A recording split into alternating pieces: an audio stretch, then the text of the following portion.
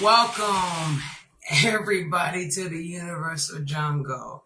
Sorry that I went on late. I had fireworks, as you can see or hear.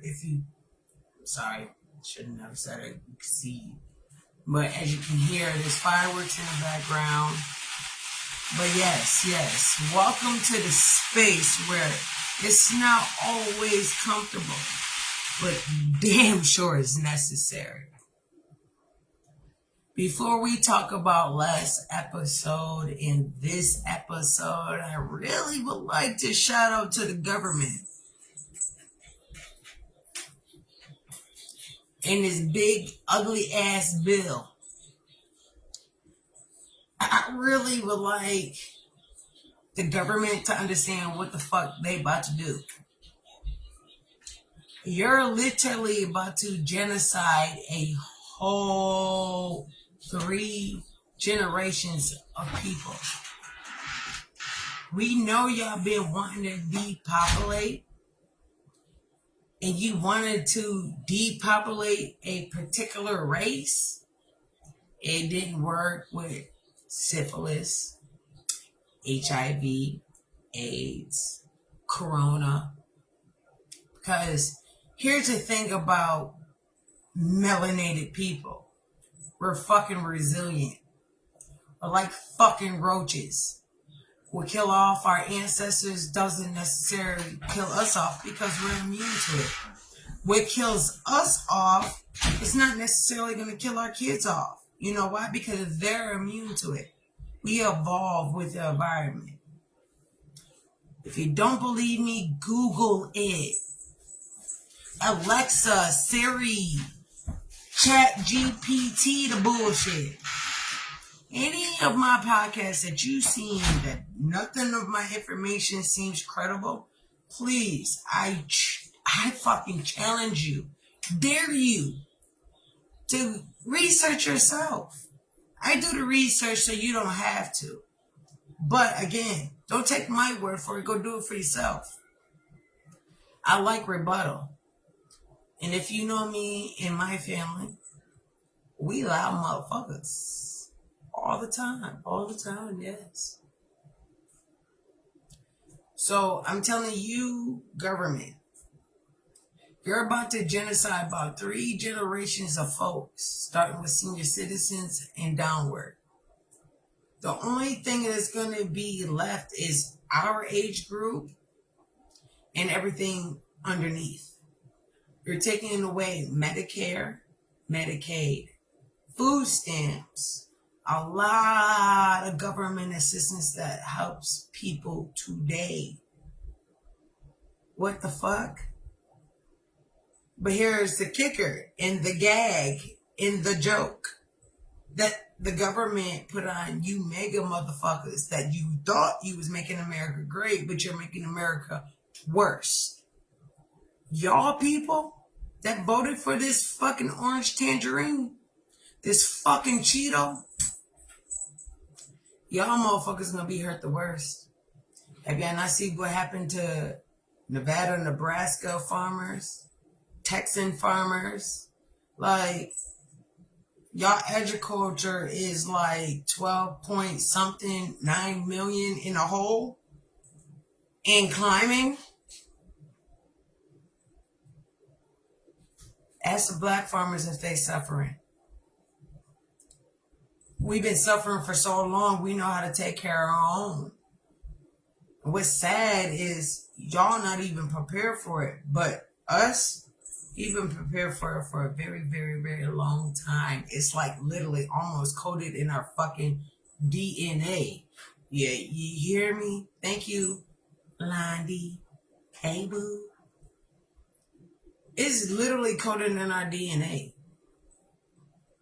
So while you think the government that you're doing us a good, you're really not.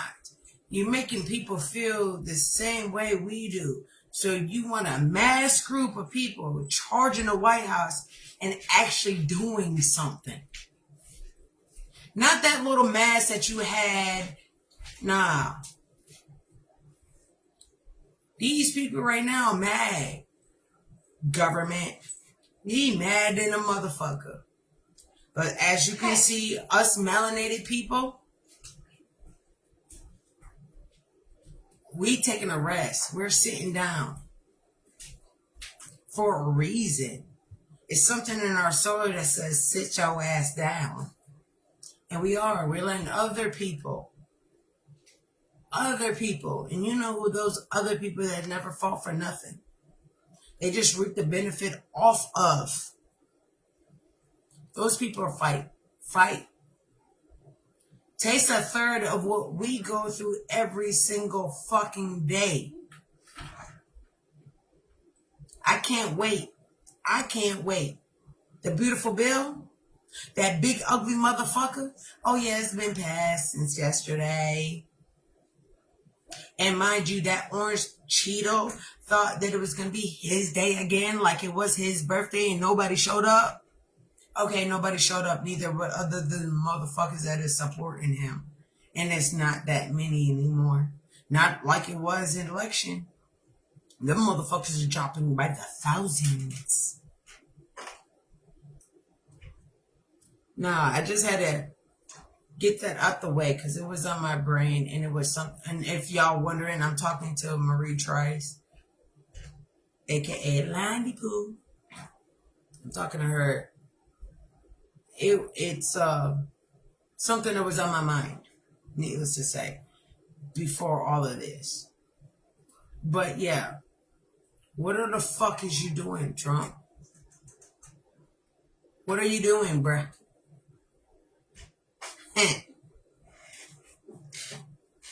But last episode, we pulled the mask off the energy vamps, those folks that drain the absolute shit out of you. And we talked how they are in your circle, what they do in your circle, how they drain you, what makes you feel that you've been drained. We went through all of that. But today, you flipping that mirror.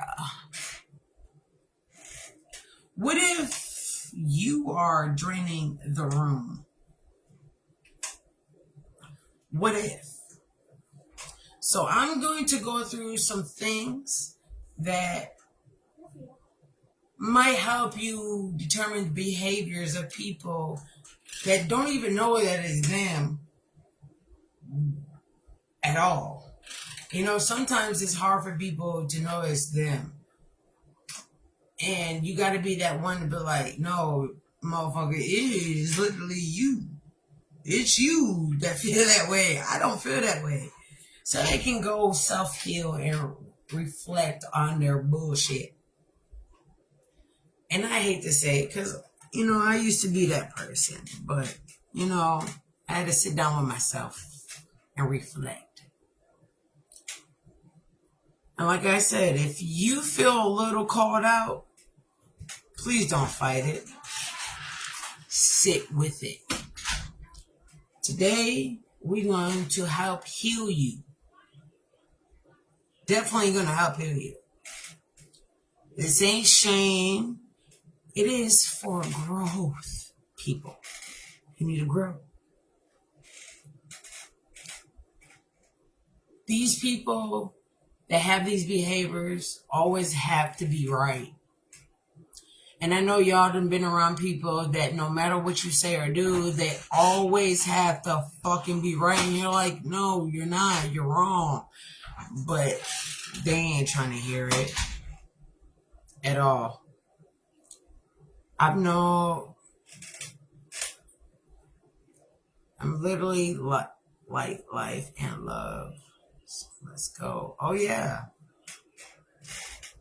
You know those people that just don't apologize, they just justify everything? Those are the people I'm talking about. They always got to be right, or they always got to never apologize, but always, no, but I'm saying this is the reason why. Or you got the people that gaslight people by saying, oh, you're too sensitive. Because they really don't want to face the facts that you're giving them, because sometimes the truth hurts. no matter where it's coming from, I really, you tell me the people that I love and they know that I love them, I'd rather them tell me that I done fucked up or I'm too sensitive, or not that I'm too sensitive, but bitch, you're the problem. Just come out and tell me the things I need to fix. You know what I'm saying? But then you got some people that just shut down every time they're uncomfortable. I've been in situations with people that just stop talking because they're just not feeling this. They're not heard. You know what I'm saying? They just don't get it at that present moment. And no matter how much you try to make them understand, they still feel uncomfortable. And I do have a cat that right now knows that I'm on podcast, but yet she wants to be the star of the show. And if this bitch scratch me, y'all gonna see me punch this goddamn cat. Just let you know, okay? You got people that control through guilt or silence. You know those people when they know they're guilty in a conversation, they don't really say shit because they know they're guilty. So they don't say shit. You know what I'm saying? Like, they don't speak about it no matter how many times you ask them, like, did you say that? They're like, there's people I'll be wanting to punch in the face. She got a husband. The people that never let people hold you accountable, which meaning like, when you got people in your corner that literally like point it out and let you know, and I mean they really genuinely care for you, and they're telling you fucking up, but at the same time, you don't want to take accountability for your actions. So why am I friends with you? Thank you, Bondi. But why we even friends if I'm telling you, look, your actions led to me punching this bitch in her fucking face. Of course, I'm not going to let these motherfuckers know you was in the wrong. I'm going to ride or die with you all day, every day. But bitch, when we get behind closed doors and it's just me and you fucked up. I want a friend that's going to be able to say, yeah, I did fuck up. But bitch, you went through it. You know what I'm saying? I don't want nobody that's not going to be able to take accountability. Because then that means when some shit happens, I know damn for sure you're snitching. And goddamn, you're around some snitches.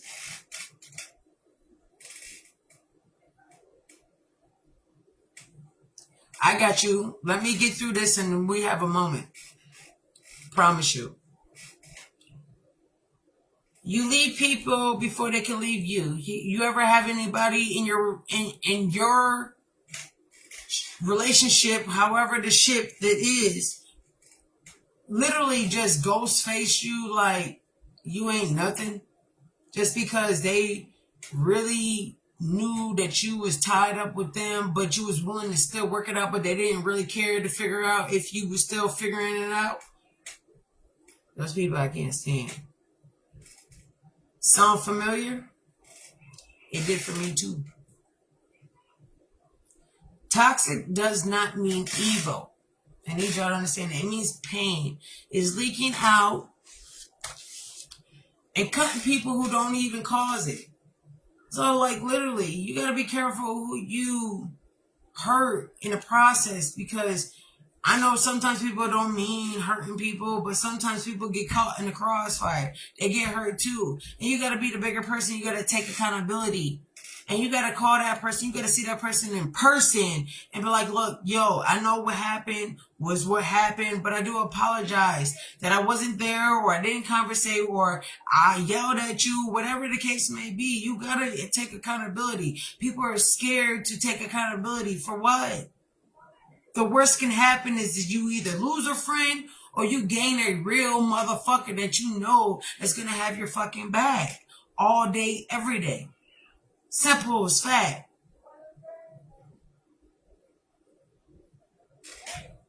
Got you. Anything y'all want to talk about, just let me know. You know what I'm saying? I got you.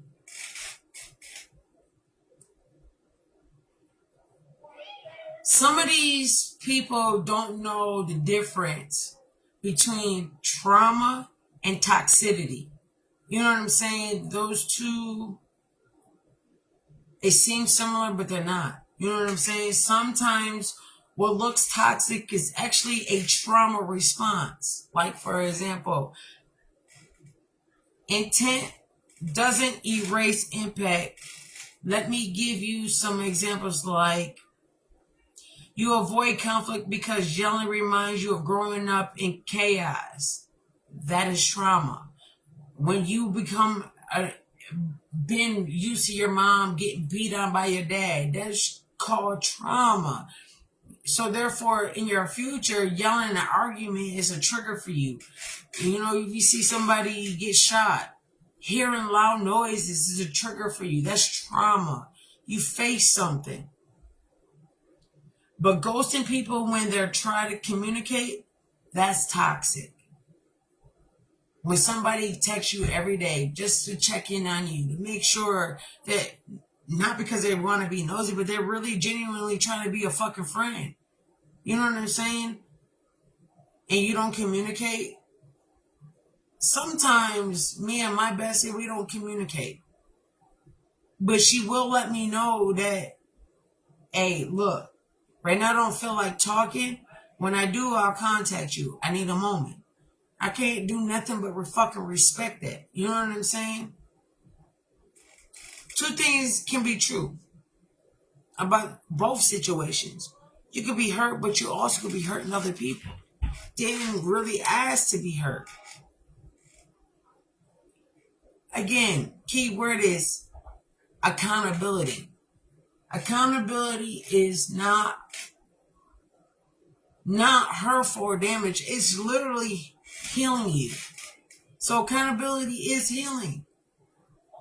You know what's harder than calling someone else out? It's calling yourself out.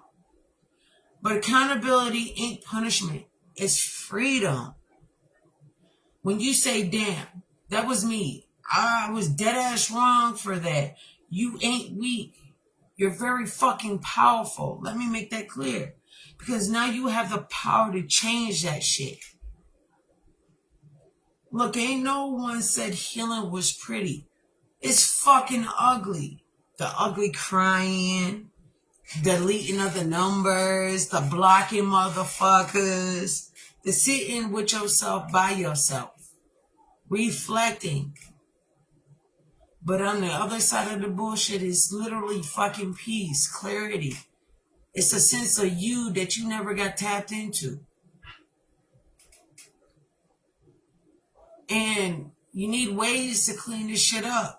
You know what I'm saying? You realize that you might have you are now the toxic one. What do you do with it? Some people say journaling helps them figure out life. Reading back to themselves what their 24 hours is like helps them figure out the next day. When you listen without defending yourself, and you literally just hear people out, you literally hear people's concerns, problem solving issues, you can deflect off the conversations that you have. You can also go to therapy if you can fucking afford it in this today, which most people can't. So they choose to self-medicate. If you self-medicate, meditation is the best way of self-medicating. You get a sense of yourself. You get to know your chakras. You get to know the power within you. And literally, this is education and knowledge for the melanated skin. If you know you're having a moment with somebody and you catch yourself, choose to change it right there in that moment. If you literally was about to say something and you knew the outcome was not going to be better the situation or beneficial for nobody, either close your fucking mouth or choose differently. You don't have to be the same person you were when you were surviving. You literally can choose still surviving and changing at the same time. You can better yourself and better the people around you. build boundaries and barriers for people. You can know when somebody's hurting you and you hurting them at the same damn time. We've all been somebody's villain. We've all been. We've all said or done some shit that we wish we could take back.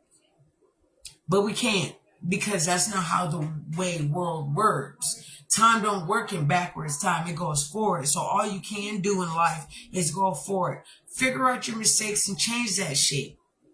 Especially if you realize that you the toxic person in the group.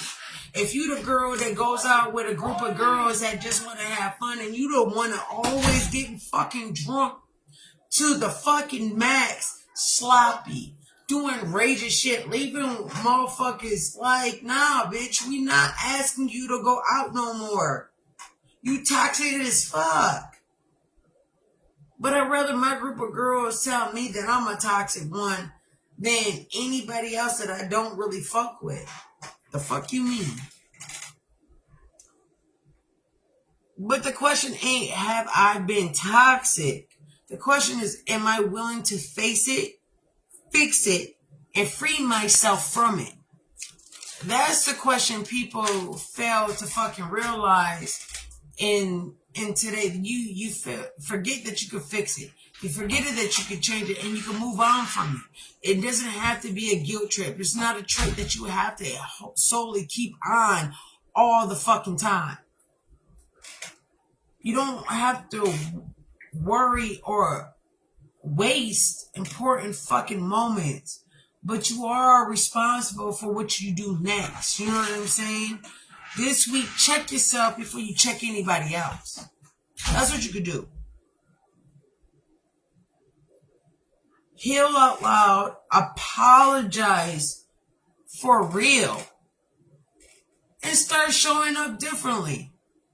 That's really all you can fucking do. You know, use affirmations. I am not my pain. I am my power to heal. I am not my pain. I am my power to heal. Maybe start saying that over and over again in the mirror, looking you in the face. Maybe that will help you not be the toxic person in every situation.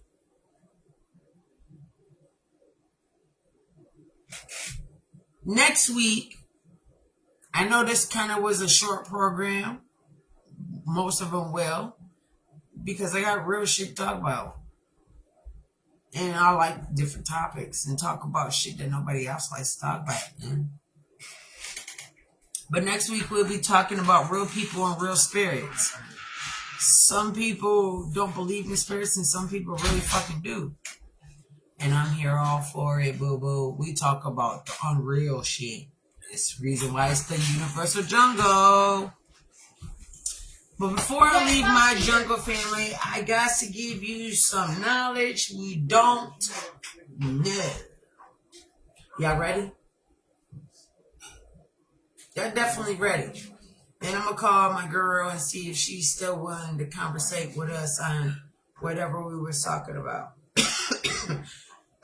Excuse me, let me quench my thirst.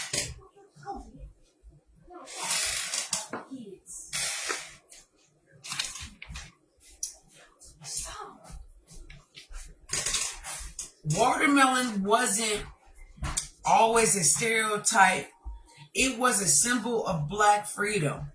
I bet y'all didn't know that shit. After slavery, black farmers sold watermelon to support themselves. White media turned it into a racist stereotype to discredit black independence. Nothing new. They turned, and this is a quote from an ancestor. They turned our fruit into shame, but we were feeding ourselves with it. Let that sink in.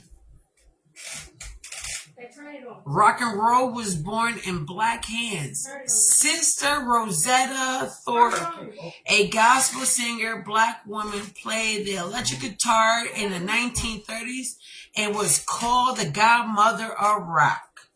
She influenced the elite.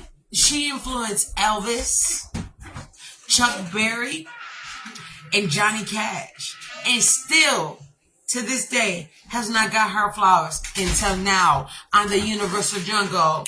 Flowers, clock it, boo. Clock it. Again, I had a podcast about this shit. Hoodoo was not evil. It was healing. So I need my melanated family to get back in touch with your roots. Literally. Enslaved Africans used roots, herbs, and psalms and ancestral wisdom to protect, heal, and survive. Hoodoo isn't voodoo. It's a southern black folk medicine magic, hence black magic. And you know, they turn black magic into something bad. Black babies were used in dangerous experiments, as if we didn't already know. In the 1800s, enslaved babies were used to test teething medication and surgical techniques without consent or anesthesia. Could you be a parent back then of the melanated? J. Marion Sims, known as the father of gynecology, practiced on black women without pain medication. Again, another quote from our ancestors. Our pain was their process. Let that sink in. They were thriving back then in towns more than we knew, and they were erased. You had Black Wall Street, Tulsa, Oklahoma, which wasn't the only one. Towns like Rosewood, Florida, Seneca Village in New York City, and Slocum, Texas, were destroyed by white mobs and buried in history. Not today we gave its life, but today we gave its life back. We really did. And we hit the restart button. Knowledge is key. Key is power. And what does power do when you got the key? It unlocks some shit. Before I leave, we're going to get in touch with Marie Trice. Let's hear her opinion about things. And hopefully, and just hopefully, we don't argue. So let me see if I can get Marie Trice on here and call her. I don't even know how to do this shit. Well, I guess you got to be on in order for me to invite you. So, Londa, if you're watching from the outside, come back in because that's the only way I'll be able to invite you. I don't know, no otherwise how to invite you.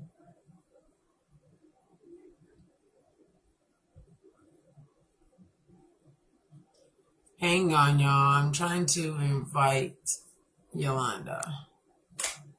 But yes,